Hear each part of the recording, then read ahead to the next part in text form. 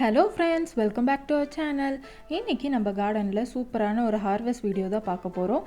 இந்த வீடியோ உங்களுக்கு பிடிச்சிருந்துச்சுன்னா லைக் பண்ணுங்கள், ஷேர் பண்ணுங்கள், கமெண்ட் பண்ணுங்கள், சப்ஸ்கிரைப் பண்ணுங்கள், கூடவே பெல் பட்டனையும் ப்ரெஸ் பண்ணிக்கோங்க. ஃபர்ஸ்ட்டு நம்ம கத்திரிக்காவை அறுவடை பண்ணிக்கலாம். இதுதான் மழை முடிஞ்சதுக்கப்புறம் ஃபஸ்ட்டு அறுவடை. மழை பெய்கிறப்போ எவ்வளோ தான் பூ பூத்துச்சுனாலும் எதுவுமே பிஞ்சாக மாறுறது கிடையாது. இதுவே நாங்கள் மழை முடிஞ்சு 2 நாள் கழித்து மண்ணெல்லாம் கிண்டி விட்டு உரம் கொடுத்தோம். உரம் கொடுத்ததுனால தான் கத்திரிக்காய் வந்து இவ்வளோ பெருசு பெருசாக காய்ச்சிருக்கு. நான் போன வீடியோலேயே சொல்லியிருந்தேன், இந்த மாதிரி மழையில் எத்தனை செடி வந்து போக போகுதுன்னு தெரியல அப்படின்னு சொல்லிட்டு. கத்திரிக்காய் செடி எந்த செடியுமே போகலை, மற்ற செடிங்கள்லாம் தான் கொஞ்சம் போயிடுச்சு.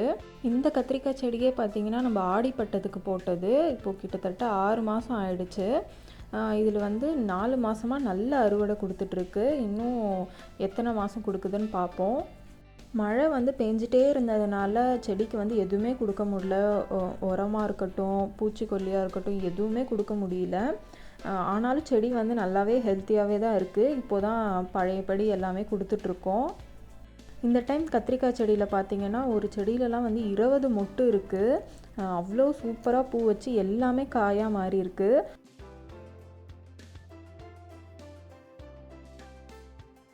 கத்திரிக்காய் வந்து எப்படி ஹார்வெஸ்ட் பண்ணுறதுக்கு ரெடி ஆகிடுச்சு அப்படின்னு பார்த்தீங்கன்னா, அதோடைய நார்மல் கலரை விட இன்னும் கொஞ்சம் லைட்டாக ஆரம்பிக்கும்.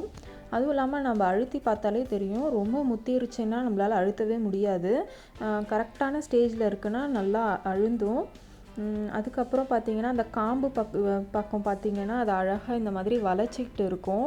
அப்படி இருந்துச்சுனாலே அது வந்து அறுவடை பண்ணுறதுக்கு ரெடி ஆகிடுச்சு அப்படின்னு சொல்லிட்டு அர்த்தம். நீங்கள் கட் பண்ணும்போதே தெரியும், காம்பு வந்து நல்லா ஸ்ட்ராங்காக இருந்துச்சுன்னா நல்லா முத்திருச்சு கத்திரிக்காய், உள்ள விதையோடு இருக்கும்.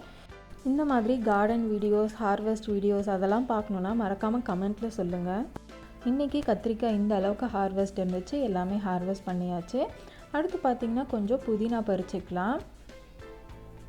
புதினா பார்த்திங்கன்னா நான் போன வீடியோவில் காமிக்கும்போது இந்த தொட்டியில் வந்து எல்லாமே காஞ்சு போயிருந்திருக்கோம். அதுக்கப்புறம் நாங்கள் வந்து கடையில் வாங்கின புதினாலேருந்து ஒரு 4 குச்சி தான் வந்து எடுத்து நட்டு வச்சோம். அதில் பார்த்திங்கன்னா இவ்வளோ வளர்ந்துருச்சு, நிறைய கிளை விட்டு நிறைய இலை வந்திருக்கு. புதினா பார்த்திங்கன்னா நீங்கள் பறிக்க தான் வந்து நிறையா வளரும், நிறைய பிரான்ச்சஸ் விடும். அதனால் முடிஞ்ச அளவுக்கு எப்பப்போலாம் தேவையோ அப்போ எடுத்து யூஸ் பண்ணிவிடுங்க.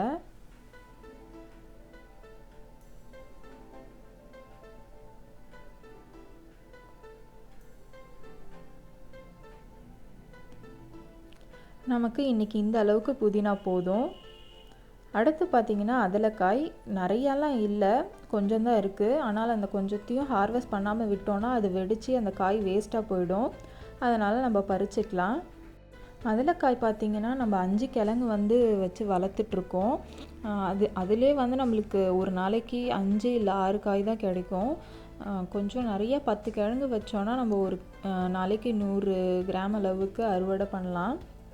இப்போ நாங்கள் பறிக்கிற அதலக்காவெல்லாம் வந்து ஒரு பாக்ஸில் போட்டு ஸ்டோர் பண்ணிவிடுவோம். ஸ்டோர் பண்ணி சேர அதுக்கப்புறம் தான் நாங்கள் சமைப்போம். பாக்ஸில் ஸ்டோர் பண்ணும்போது கூட அதில் கொஞ்சம் கூட தண்ணி இல்லாமல் நல்லா தொடச்சிட்டு நம்ம இது பண்ணணும். இல்லைனா இது வந்து டக்குன்னு வெடிச்சிரும், காய் வேஸ்ட்டாக போயிடும்.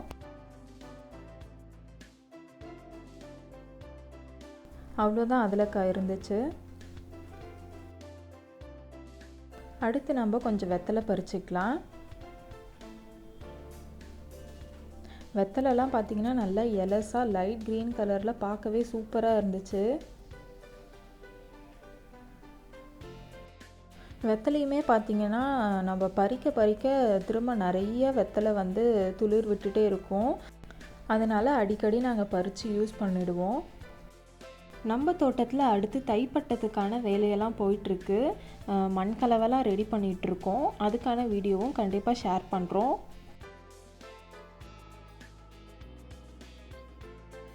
இன்றைக்கி கொஞ்சம் ஒரு 20 வெத்தலை பறிச்சுக்கிட்டோம். அடுத்ததாக கொஞ்சம் பிரண்டையும் பறிச்சிக்கலாம். பிரண்டை பார்த்திங்கன்னா கொஞ்சம் எலசாக இருக்கிறதா நம்ம பறிச்சிக்கணும். கொஞ்சம் முத்தினதெல்லாம் பறித்தோன்னா நிறைய நார் வரும் சமைக்கும் போது. அந்த சைடாக கொஞ்சம் நிறைய இருக்குது, நாங்கள் பறிச்சுட்டு அதை மொத்தமாக காட்டுறோம்.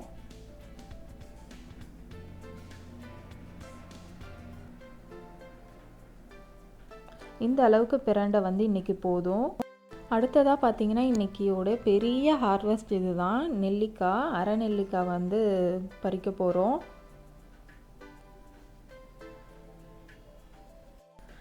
இது பார்த்திங்கன்னா எங்களால் பறிக்க முடியல, அதனால் நாங்கள் ஆள் கூட்டிகிட்டு வந்து தான் பறித்தோம்.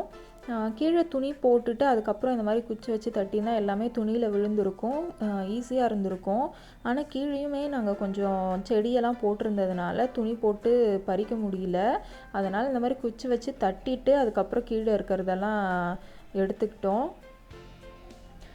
பார்த்திங்கன்னா ஒரு தடவை தட்டும் போதே அப்படியே மழை மாதிரி, நெல்லிக்காய் மழை மாதிரி அவ்வளோ நெல்லிக்காய்.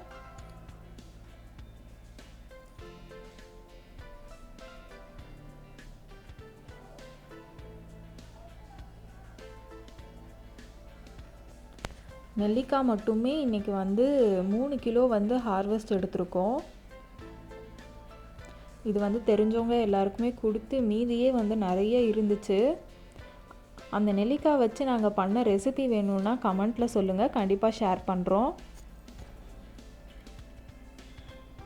நல்லா மதியம் 12 மணிக்கு உச்சி வெயிலில் பறித்தது.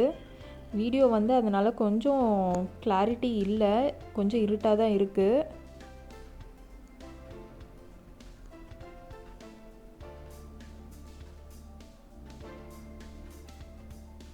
இதுதான் இன்றைக்கி நம்மளுடைய ஹார்வெஸ்ட். நெல்லிக்காய் 3 கிலோ, கொஞ்சம் புதினா, கத்திரிக்காய், தக்காளி கூட காலையிலே 2 இருந்துச்சு, நாங்கள் பறிச்சிட்டோம். ஆனால் அதை வீடியோ எடுக்கலை, அதுவும் இன்றைக்கான அறுவடை தான். அப்புறம் வெத்தலை, கொஞ்சம் அதலக்காய், கொஞ்சம் பிரண்டை, கூடவே கொஞ்சம் நாட்டு பன்னீர் ரோஸ் வந்து இருந்துச்சு, அதுவும் பறிச்சுக்கிட்டோம். இப்போது கார்டன் அப்டேட் பார்க்கலாம். நம்ம கார்டனில் வந்து புதுசாக நம்ம லோட்டஸ் வைக்கலாம் அப்படின்னு சொல்லிட்டு பிளான் பண்ணியிருக்கோம். அதுக்கு வந்து நாங்கள் விதை வாங்கி இந்த மாதிரி முளைக்க போட்டிருக்கோம். இது வந்து சக்ஸஸ் ஆச்சுன்னா கண்டிப்பாக நம்ம சேனலில் இதை பற்றி ஒரு டீட்டெயில்டான வீடியோ கொடுக்குறோம். அதே மாதிரி நாங்கள் இந்த மாதிரி கீரை பேக்கில் சின்ன வெங்காயம் வந்து நட்டு வச்சுருந்தோம். அது சூப்பராகவே வளர்ந்துட்டுருக்கு. நாங்கள் ஹார்வெஸ்ட் பண்ணும்போது கண்டிப்பாக வீடியோ வந்து ஷேர் பண்ணுறோம்.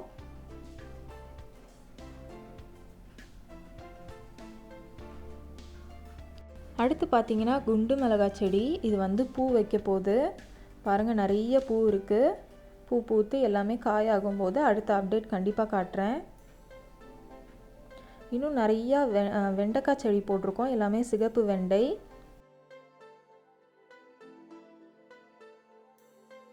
அடுத்ததாக ஒரு கார்ன் செடி வச்சுருக்கோம், இது மக்காச்சோளம் தான். அடுத்ததாக குடமிளகாய் செடி. இது வந்து நம்ம போன வீடியோவில் சின்ன சின்னதாக நாற்று போட்டிருக்கிறத காமிச்சிருப்போம். இது இந்த அளவுக்கு பெருசாக இருக்குது. ஆனால் பார்த்திங்கன்னா ஏகப்பட்ட பூச்சி தாக்குதல், எல்லாமே அஸ்வினி பூச்சி தான். இதை வந்து நான் க்யூர் பண்ணிவிட்டு நான் வந்து எப்படி பண்ணேன் அப்படிங்கிற வீடியோவும் நான் ஷேர் பண்ணுறேன். புதுசாக ஒரு சாமந்தி செடி வாங்கி வச்சுருந்தோம், அது இப்போ தான் நட்டு வச்சுருக்கோம். அதனால் பழைய இலையெல்லாம் காஞ்சிட்டு புது இலை வரும். அப்புறம் கொத்தமல்லி போட்டு வச்சுருக்கோம், எல்லாம் நாட்டு கொத்தமல்லி தான். இப்போ தான் வளர்ந்துட்டு இருக்குது, ஒரு 10 நாள் ஆகுது.